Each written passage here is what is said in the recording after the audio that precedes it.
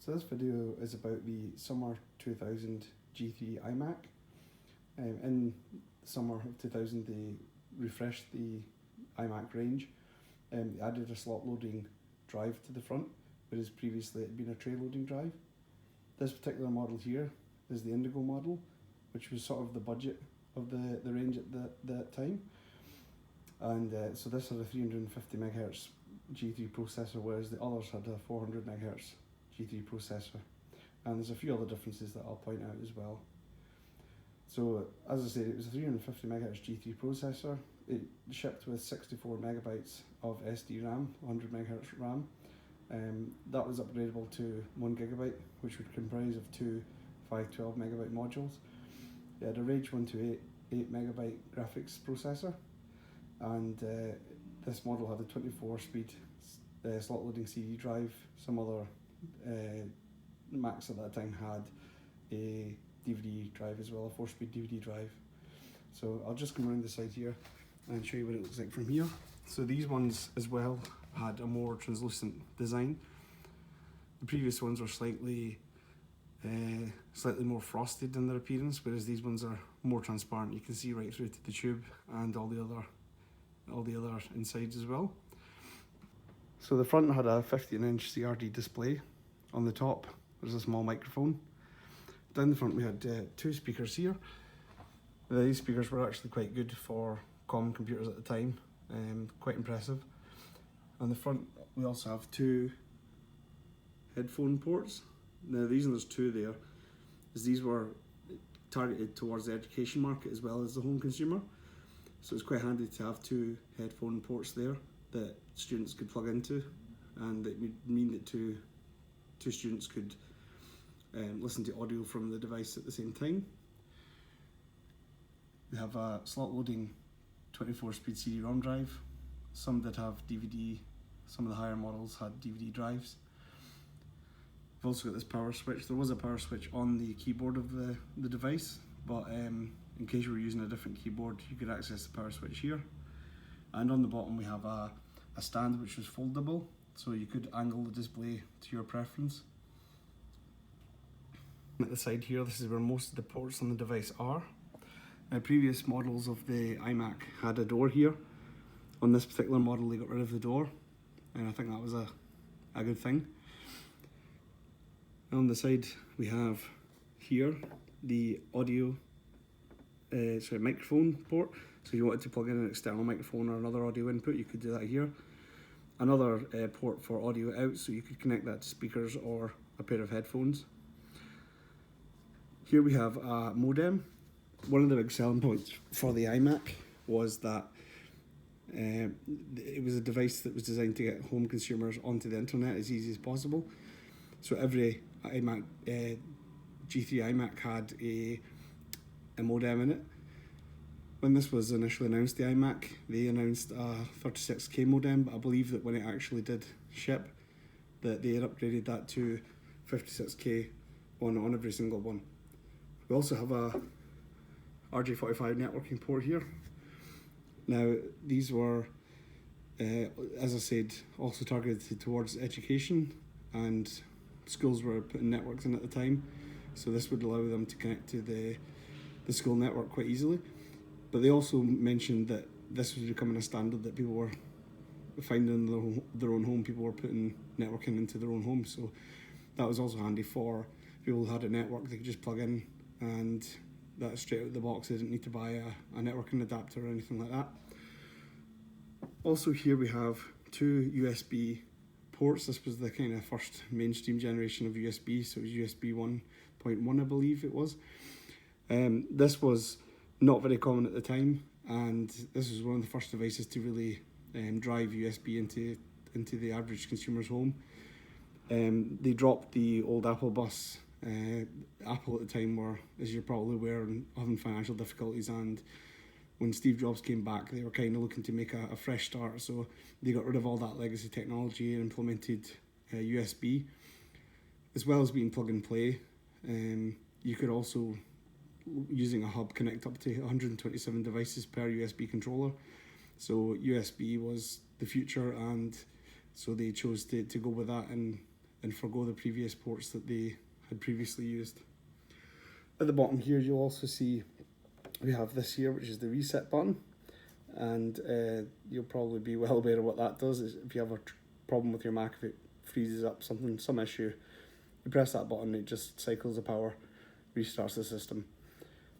This other button here quite often throws people off. You'll see people asking, if you Google it, people saying, what is this strange button on my iMac? This is known as the interrupt button or the programmer switch, and essentially what if you were developing software on the iMac, you would if you were trying to find out what a problem was, you could press this button. It would bring up a kind of debugger, a console that you could poke through the system and try and find out where the issues were.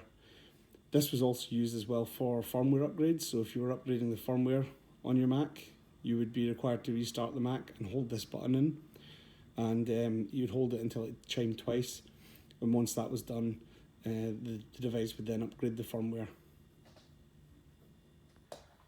Looking here at the back of the iMac, you can see that big handle there. That was also redesigned with this this refresh.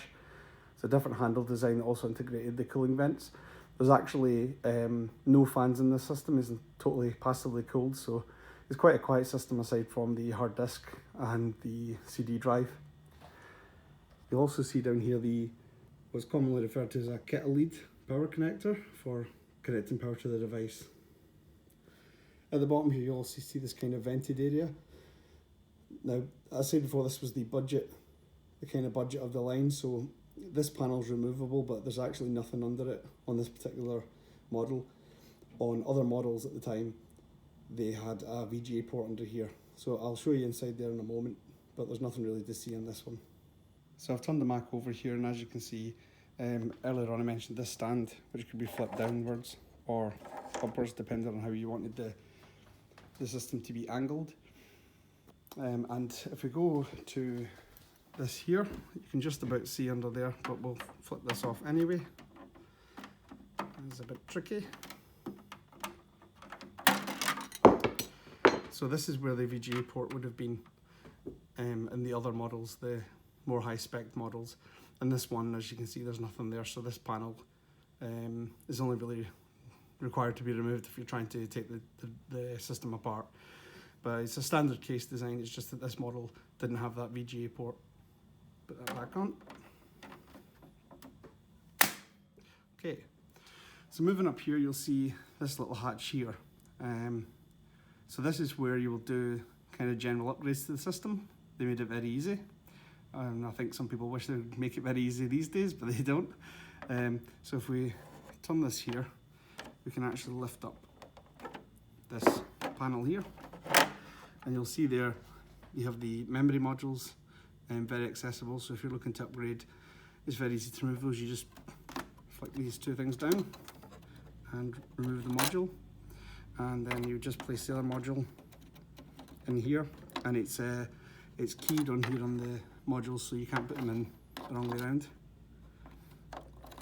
Then once that's in, very difficult to do with one hand.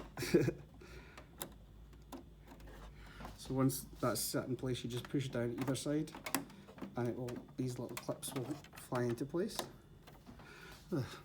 And under here, also in the other higher spec models, you would have access to a slot for putting in an airport wireless card.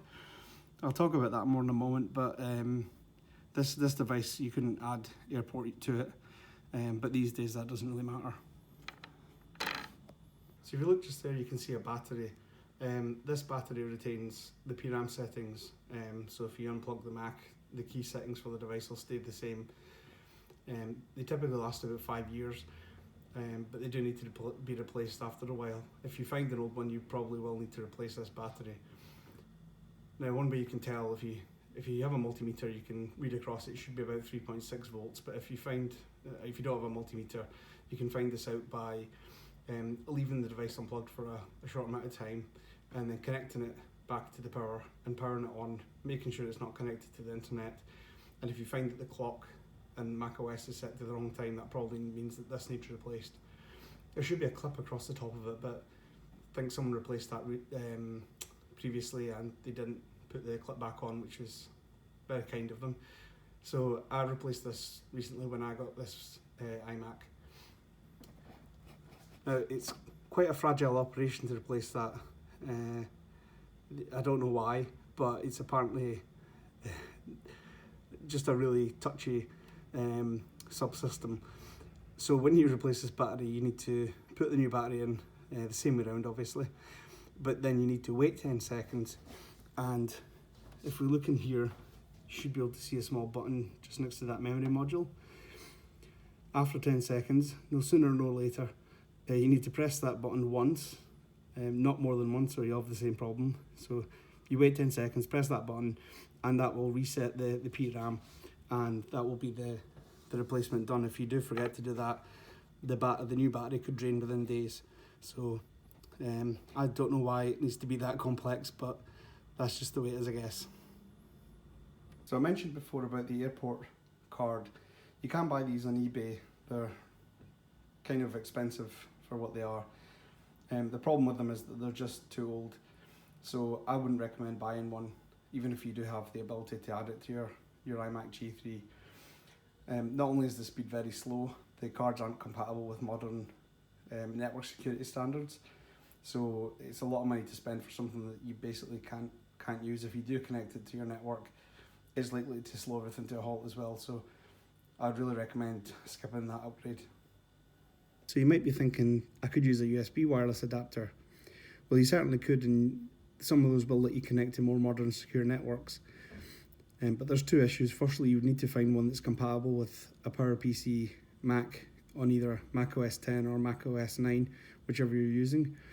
But the other issue you'll have is that, bear in mind, these are USB 1 ports, and the speed is again going to be very, very limited. And it might not be so much of an issue just using the Mac, but you'll probably find that your network speed will suffer for all your devices if you do actually use a USB 1 adapter in this to get wireless. The way I connect my iMac to my wireless network is a bit of a cheat, because it's not truly wireless, but it does allow you to put the Mac wherever you like and not have to worry about it. I actually use an Airport Express. So there are devices similar to this from other manufacturers, but I use the Airport Express because I have an Airport Express network anyway, and so it's really easy to set up. But essentially this will extend my wireless network, and what I have to do is simply plug my Ethernet from the Mac to the Ethernet in this, and then as far as the Mac is concerned, it's on a wired network, but you're actually able to put that anywhere that you like. You could also use, if you wished, power line adapters, so it's not really wireless at all, and that's a good solution as well. But for any of these old G3 Macs, G3 iMacs, I really wouldn't recommend an airport card.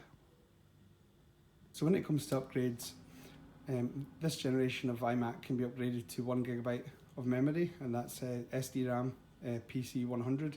You can use PC133, which might be easier to find, but make sure that if you do buy a module that it's a non-ECC module.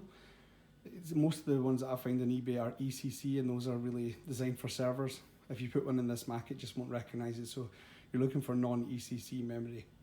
And if you want to upgrade it to the full gig, you'll need two 512 meg modules. Another upgrade you could do is you could upgrade the internal hard disk. This shipped with a 7 GB hard disk. You can upgrade it to another ID hard disk, but there's a limitation of 128 GB. So if you put a larger drive in than that, you won't be able to access the extra space. There is a way around that, but it's a bit complicated and I wouldn't recommend it. One other upgrade that I do, suppose it's not really an upgrade, but I consider it so. I use one of these generic Bluetooth adapters. Mac OS 10 will pick that up, and it'll allow you to connect Bluetooth devices to your iMac G3, and it's quite small in there, you don't really notice it, so I call that an upgrade. I did want to upgrade the optical drive in these. They're not a standard desktop drive, and they're not a standard laptop drive either, so you need to find one that specifically fits the iMac. They're quite difficult to find, so I don't think it's likely that you'll find an affordable way to upgrade the drive in this. So if you do want a DVD drive or a CD writer, it's probably worth trying to find an iMac that has one already. So that's my wee video on the iMac G3. Hope it was interesting. Hope there was something in there that you learned. If not, you're smart enough already.